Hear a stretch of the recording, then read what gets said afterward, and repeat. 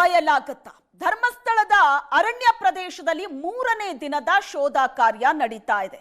ಅನಾಮಿಕ ತೋರಿಸಿದಂತಹ ಜಾಗ ಏನಿದೆ 13 ಪಾಯಿಂಟ್, ಅದರಲ್ಲಿ 2ನೇ ಪಾಯಿಂಟ್ ನಲ್ಲಿ ಸಮಾಧಿಯ ಶೋಧ ನಡೀತಾ ಇದೆ.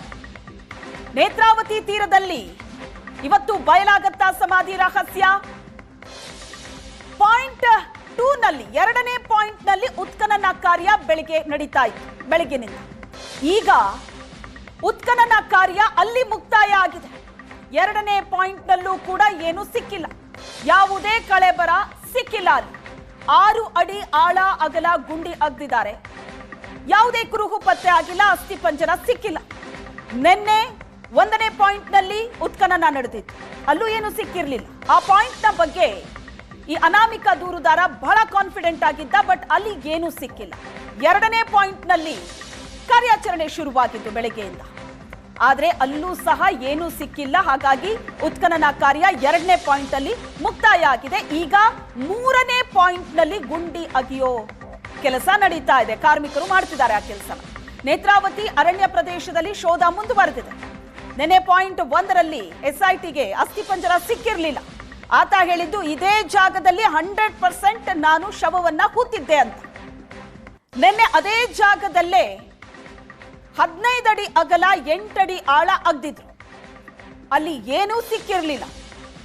ಇವತ್ತು ಬೆಳಿಗ್ಗೆ 2ನೇ ಪಾಯಿಂಟ್ ನಲ್ಲಿ ಅಗಿಯೋದಕ್ಕೆ ಶುರು ಮಾಡಿದ್ರು. 8 ಅಡಿ ಆಳ ಅಗಲ ಅಗ್ದಿದ್ದಾರೆ, ಅಲ್ಲೂ ಕೂಡ ಏನೂ ಸಿಕ್ಕಿಲ್ಲ. ಈಗ 3ನೇ ಪಾಯಿಂಟ್ಗೆ ಹೋಗಿದ್ದಾರೆ. ಇಲ್ಲಿ ಏನಾದ್ರೂ ಸಿಗುತ್ತಾ? ಸಮಾಧಿಯ ಶೋಧ ಮುಂದುವರೆದಿದೆ.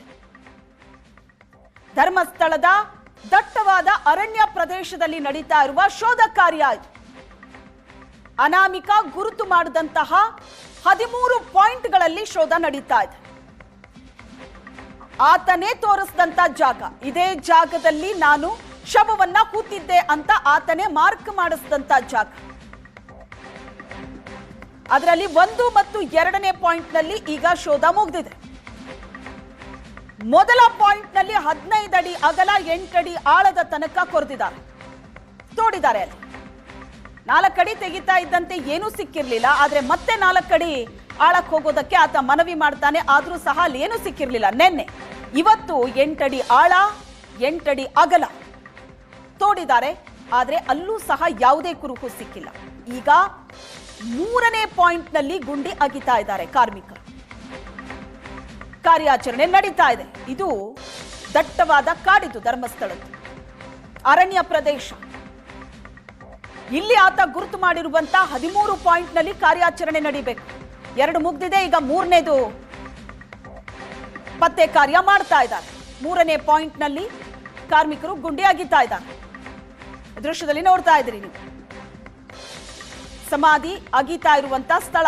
ಆತನ ಪ್ರಕಾರ ಇಲ್ಲೂ ಕೂಡ ನಾನೊಂದು ಶವವನ್ನ ಹೂತಿದ್ದೀನಿ ಅಂತ. ದೂರುದಾರ ಸ್ಥಳದಲ್ಲೇ ಇದ್ದಾನೆ, ಆತನ ಸಮ್ಮುಖದಲ್ಲೇ ನಡೀತಾ ಇದೆ ಪ್ರಕ್ರಿಯೆ. ಜೊತೆಗೆ ಇದಕ್ಕೆ ಸಂಬಂಧಪಟ್ಟಂತ ಇನ್ನು ಹಲವು ಅಧಿಕಾರಿಗಳು ಸ್ಥಳದಲ್ಲಿದ್ದಾರೆ. 3ನೇ ಪಾಯಿಂಟ್ ನಲ್ಲಿ ಈಗ ಗುಂಡಿ ಅಗಿಯಲಾಗ್ತಾ ಇದೆ. ತೋಡ್ತಾ ಇದ್ದಾರೆ. ಅಲ್ಲಿ ಏನಾದ್ರೂ ಕುರುಹುಗಳು ಸಿಗತ್ತಾ?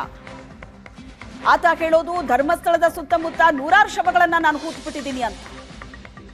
13-15 ವರ್ಷದ ಹಿಂದೆ ಇಷ್ಟು ದೊಡ್ಡ ಕಾಡಲ್ಲಿ, ಇಷ್ಟು ದೊಡ್ಡ ಜಾಗದಲ್ಲಿ ಆತ ಎಲ್ಲೆಲ್ಲಿ ಶವ ಹುಗ್ದಿದ್ದಾನೆ ಅನ್ನೋದು ನಿಜಕ್ಕೂ ನೆನಪಿರುತ್ತಾ ಅನ್ನೋ ಪ್ರಶ್ನೆ ಇತ್ತು. ಆದ್ರೆ ಆತ ಈ 13 ಪಾಯಿಂಟ್ಗಳನ್ನ ಗುರುತು ಮಾಡಿದ್ದು ಬಹಳ ಕರಾರುವಕ್ಕಾಗಿ ಮಾಡಿದ್ದು. ಇದೇ ಜಾಗದಲ್ಲೇ ನಾನು ಶವ ಹೂತಿದ್ದೀನಿ ಅಂತ. ಆತನ ಮೆಮೊರಿ ಪವರ್ ಎಂತದ್ದು ಅಂತಲೂ ಆಶ್ಚರ್ಯ ಆಗಿತ್ತು. ಬಟ್ ಇದುವರೆಗೂ ಯಾವುದೇ ಅಸ್ಥಿಪಂಜರ ಸಿಕ್ಕಿಲ್ಲ. 2 ಪಾಯಿಂಟ್ಗಳು ಈಗಾಗಲೇ ತೋಡಿದ್ದಾರೆ, ಅಲ್ಲಿ ಯಾವುದೇ ರೀತಿಯಾದ ಕುರುಹು ಸಿಕ್ಕಿಲ್ಲ. ಈಗ 3ನೇ ಜಾಗದಲ್ಲಿ ನಡೀತಾ ಇದೆ ಕಾರ್ಯಾಚರಣೆ, ಶೋಧ ನಡೀತಾ ಇದೆ.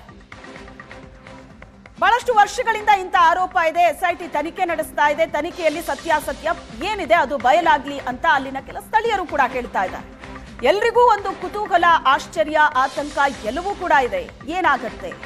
ಆತ ಗುರುತು ಮಾಡಿದಂತ ಈ 13 ಸ್ಥಳ ಏನಿದೆ ಅದರಲ್ಲಿ ಏನ್ ಸಿಗುತ್ತೆ? ಹಾಗಾದ್ರೆ ಅದೊಂದು ಪ್ರಶ್ನೆ ಅಂತೂ ಇದ್ದೇ ಇದೆ. ಈಗ ಇಲ್ಲಿ ತನಕ ಆಗದಂತ 2 ಜಾಗದಲ್ಲೂ ಏನು ಸಿಕ್ಕಿಲ್ಲ. 3ನೇ ಜಾಗ ಆಗಿದ್ದ ಇದ್ದಾರೆ.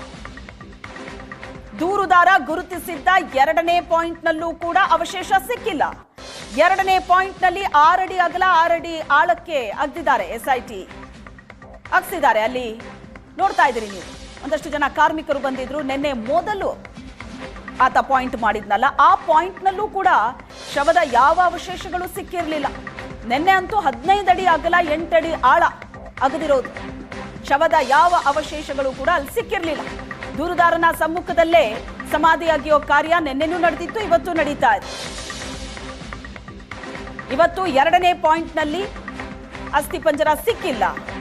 ಅಲ್ಲಿಗೆ 2ನೇ ಪಾಯಿಂಟ್ ಕೂಡ ಮುಗೀತು. ಈಗ 3ನೇ ಪಾಯಿಂಟ್ಗೆ ಹೋಗಿದ್ದಾರೆ. ಅಲ್ಲಿ ಅಗೆಯೋ ಕಾರ್ಯ ನಡೀತಾ ಇದೆ. ದೂರುದಾರನೇ ಗುರುತಿಸಿರುವಂತಹ ಪಾಯಿಂಟ್ಗಳಿದು. ಆತನೇ ಮಾಡದಂತ ಆರೋಪ ಗಂಭೀರವಾದಂತ ಆರೋಪ. ಅದರ ಆಧಾರದ ಮೇಲೆ ಆತನನ್ನ ಇದೇ ಸ್ಥಳಕ್ಕೆ ಕರ್ಕೊಂಡು ಬಂದಿದೆ. ಆತ ಈ ಜಾಗದಲ್ಲಿ ಗುರುತು ಮಾಡಿದಂತಹ ಸ್ಥಳಗಳ ಕಾರ್ಯಾಚರಣೆ ನಡೀತಾ ಇದೆ, ಶೋಧ ನಡೀತಾ ಇದೆ. 2ನೇ ಪಾಯಿಂಟ್ನಲ್ಲೂ ಏನೂ ಸಿಕ್ಕಿಲ್ಲ. ಈಗ 3ನೇ ಪಾಯಿಂಟ್ನಲ್ಲಿ ಅಗಿತಾ ಇದ್ದಾರೆ.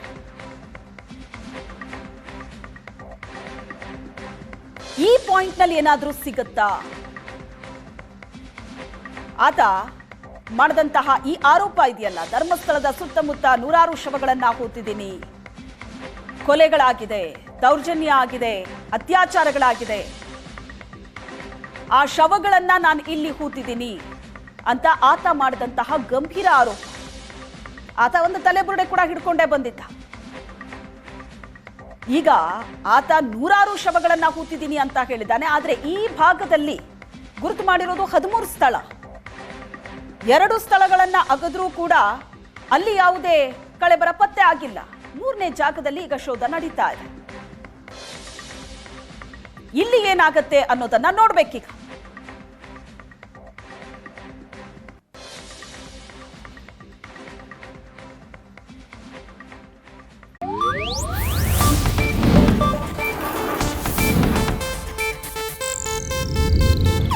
ಇದು ಏಷ್ಯಾನೆಟ್ ನ್ಯೂಸ್ ನೆಟ್ವರ್ಕ್ ಪ್ರಸ್ತುತಿ.